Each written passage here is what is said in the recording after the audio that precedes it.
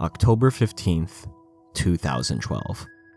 I'm like 8 years old, and I'm watching a certain show on Cartoon Network that is premiering a brand new episode. That show was Adventure Time, and this is what the pilot looks like. That was totally marvelous! Ice Clubs! Did somebody say my name? This tone of absolute dumbassery is pretty prevalent throughout the first few seasons of the show. And you know what? I fucking love it. Don't want to be scared. Beep. I shall not be scared. Boop. Boop. I'm afraid! Ah! Jake, get me out of the water! Now, Jake, now! Now! I'm not afraid of you!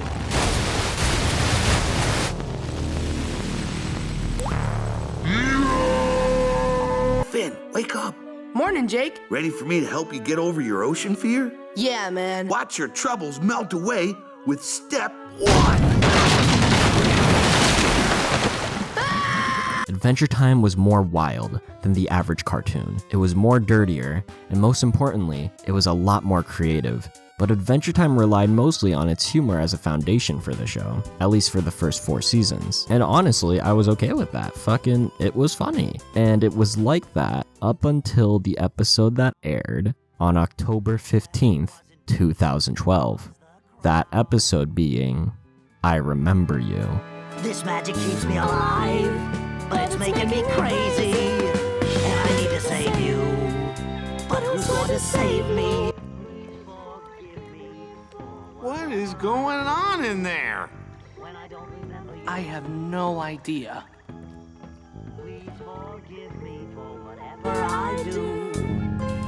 When I don't remember you. Da-da, da-da, da-da, da-da, da-da, da-da, da-da, da-da.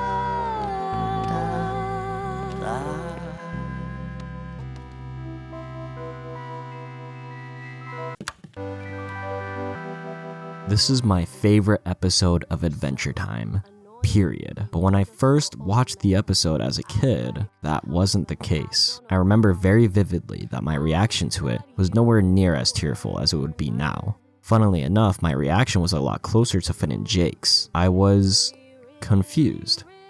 I didn't get it. This episode was such a far cry from the pilot that it didn't even feel like the same show anymore. Except it was the same show. It just grew up a little bit. Excuse to see me, man, it's getting me down. Up until I started growing up more, I began to appreciate these more mature aspects of Adventure Time. The same show that would make never-ending fart jokes. Get him! Jake! I thought it would be funny. Could still make me cry at a perverted ice wizard and an emo punk vampire girl singing together. Maybe I'm the one who's nuts. However, everything after this point, in my opinion, is all downhill from here. The book, Finn. Give me the book. I think for a couple of seasons after this point, the show was actually able to keep this balance of trying to tell interesting, compelling stories while keeping that original charm that made the series so unique in the first place. Hi. But somewhere along the line, the show began to lose that charm for me. I wasn't laughing like I would be in the earlier seasons. There were less well-written jokes. The qualities that separated Adventure Time from other cartoons started to fade away. This, on top of the episodic nature that Adventure Time had to conform to, made watching some of the episodes in the later seasons a slug to watch. And if you want me to give evidence, it's not like I wrote and recorded over 4 pages worth of evidence as to why Adventure Time fell off, just to scrap it all because it was so fucking boring to edit and it just didn't fit in the video. Please just trust me. It got worse. Just take my word, please, please. The story never evolved to more mature themes to justify the drop in comedy. And so, the show wasn't allowed to grow up anymore. Until now, motherfuckers!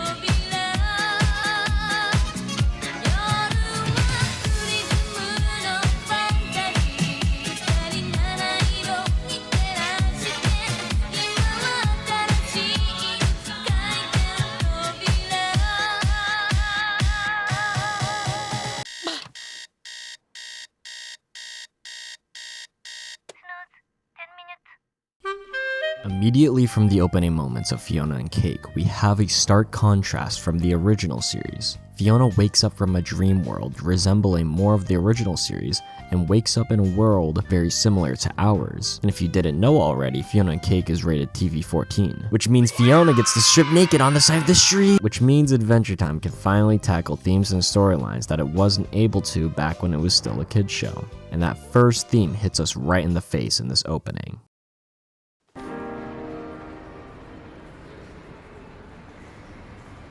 Fiona doesn't go on magical, life-threatening adventures, unlike her gender-swap counterpart Finn does. She wakes up and the first words that leave her mouth are, I don't want to go to work. You ever see those shameless reboots of an old beloved cartoon show, and they plaster a mature rating on it just so that they can cuss and try to be relatable to the new generation, and it's just complete fucking money-grubbing dog shit? Yeah, well, Fiona Cake did that, but amazing.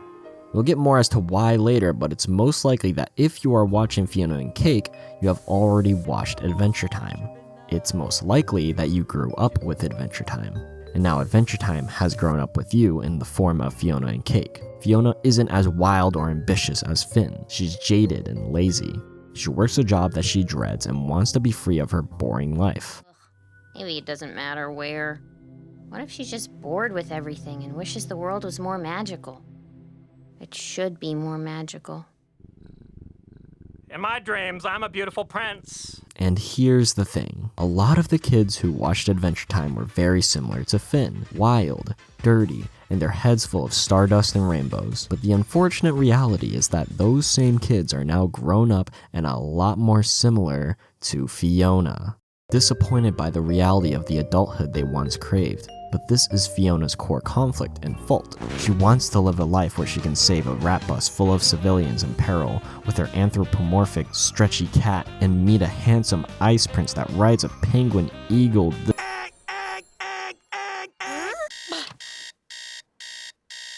But the thing is, life isn't as non sequitur, but it's still full of its own little adventures and characters.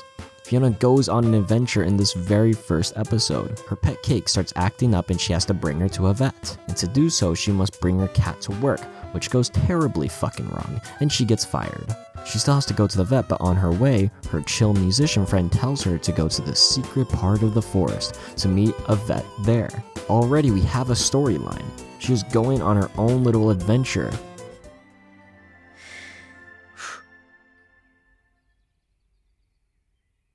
Yep, that about sums it up. But she approaches it with cynicism and jadedness. She just can't see it through the fog of her own sour distaste for life. So why does this work as to where other quote-unquote relatable reboots don't? First of all, it works because Fiona and Cake isn't a reboot. It's not a goofy side, alternate dimensional, universal bullshit show based on the original series. And it's when I saw this shot. A wave of realization threw me around like a fucking tumbleweed.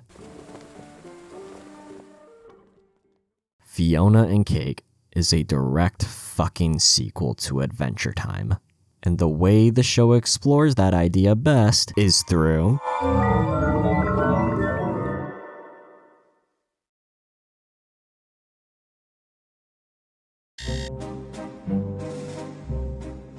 the first time we see Simon is in his own 20th century antique shop, and this is where the show starts forming an identity for Simon. All the other civilians are dressed in this futuristic or Fantasia-like clothing, while Petrikov is in a black and beige suit and tie. He is the antique in this new city. He is the odd one out, and that is hammered home even more when he begins to have a public freakout on a little girl, approaches Simon about his past as Ice King.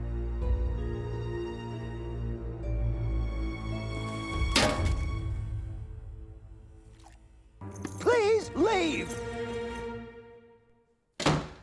He can't keep a stable mind in this world of ooh. By the way, I just realized that the name ooh is supposed to mean, like, the ooh factor, like the ooh, right? From seeing, like, all the crazy shit in Adventure Time.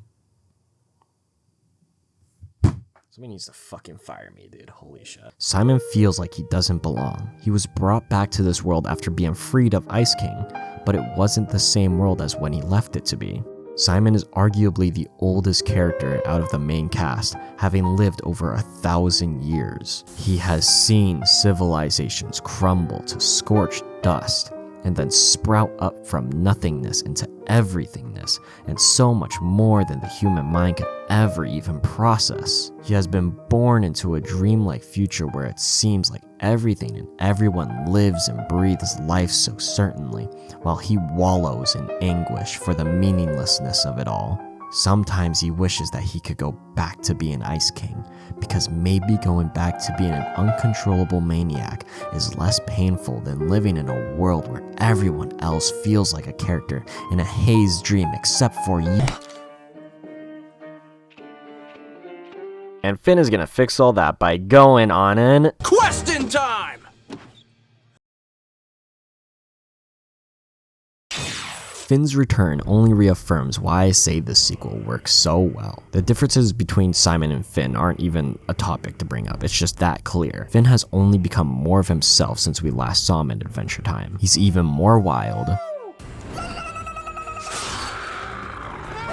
dirtier, Does it look cool? more spiritual, kinda like Jake. Funny how that worked out. Point being, Finn fixed almost everyone else's problems by going on epic quests, kicking the bad guys right in the fucking nuts, and saving victims from harm's law. So why would he ever change that formula if it worked so well in the past? The introduction of this level of violence in the show also helps build upon the theme of contrast. In Adventure Time, we never saw this amount of blood and gore, but maybe it's because we were seeing that violence through the eyes of a 13-year-old boy. But now, when viewing through the lens of Simon, we get to see the land of Ooo for how vicious it truly is. Every other character sees Ooo through the lens of Adventure Time, while Simon sees it through the lens of Fiona and Cake. It might be the only one that does. Does somebody jump for joy? Does somebody cry? Now that I'm not part of that sadness. Rebecca Sugar's simplistic yet effective songwriting, for some weird fucking reason, didn't even make me flinch when I first heard it. I felt like I was already so ingrained back into the world of Adventure Time that Rebecca Sugar's songwriting returning felt like a seamlessly organic element seeping into this already amazing potluck of an episode. But her song touches on the question of how Simon will coexist with everyone now that he's not part of the madness that the world of Ooo thrives in. Feeling so alone, Simon calls up the only person he feels would understand his pain: Marceline. Simon! Marceline. Simon, you won't believe what I'm doing right now. How you been? How's work? I'm good. Work's great. I made a little girl cry earlier today. Wait, what was that? Can you say it again, louder? It's nothing. Everything's fine. Hey, you're doing good, right? Marceline? Simon! PB's arm is gumming It feels as though the last person he thought would help him is too preoccupied, flourishing in her life with her partner. Bye. Aren't I so much better now that I'm just a normal guy? On his way home, Simon is haunted by what it feels like the loving bonds of everyone in Ooo. Everyone except him. And with all this loneliness, all this pain, all this anguish, Simon tries to risk it all by summoning Betty.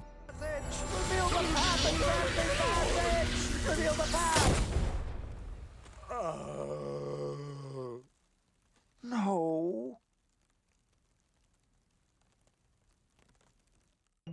I understand Simon's pain very well.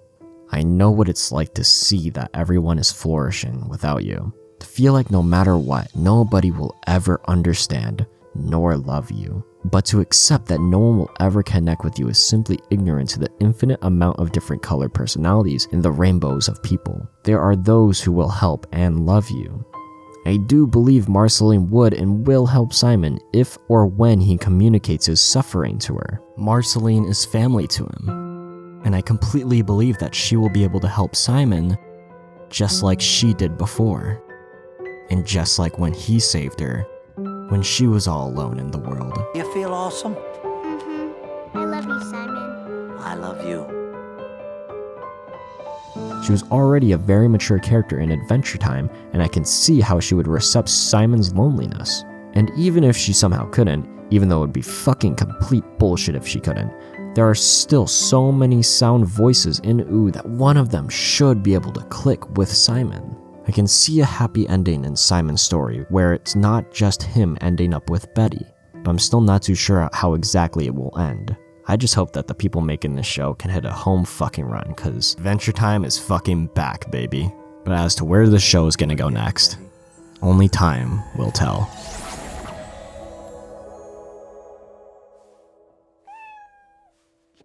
Huh? So, first off, I just want to shout out just the outpour that I got from the JJK video. You know, I didn't really think the video was that good on its own, to be honest, and when it got taken down and I had to cut out like a certain like, you know, major section in it, it's like it just only felt, you know, it was so crippling to me. I felt like the video was ruined. But the fact that there's still people, you know, like enjoying and stuff, you know, I really appreciate it, and like all the comments and stuff, you know. I also wanted to say that I know I said this last time, but there most likely won't be regular uploads like this anymore. I have the Omori video that is still on the back burner. I have like 20 minutes done with it, which translates to 20 pages roughly, and a 165 page script. So the fact that I want like the Omori video to just look amazing, you know, it's gonna be a while until that comes out. So if you don't see a lot of uploads from this channel, don't be so surprised, because yeah. And unless some crazy fucking shit comes out like Fiona and Cake did. Like, I mean, Fiona and Cake was just fucking left field for me, because it was just that like good, and I didn't know it was a sequel, so it was just like, wait a second, you know, like, holy shit, like this is fucking huge. Like, this is Adventure Time. Adventure Time has a fucking sequel, and it's a fucking like adult shit, you know. It's like it's pretty fucking crazy. So I mean, I had to get my thoughts out on it, and I mean, if anybody enjoyed the video, I really appreciate it. But yeah, that's pretty much it from me. I'm not trying to make the outro too long while also simultaneously making it too long. Bye.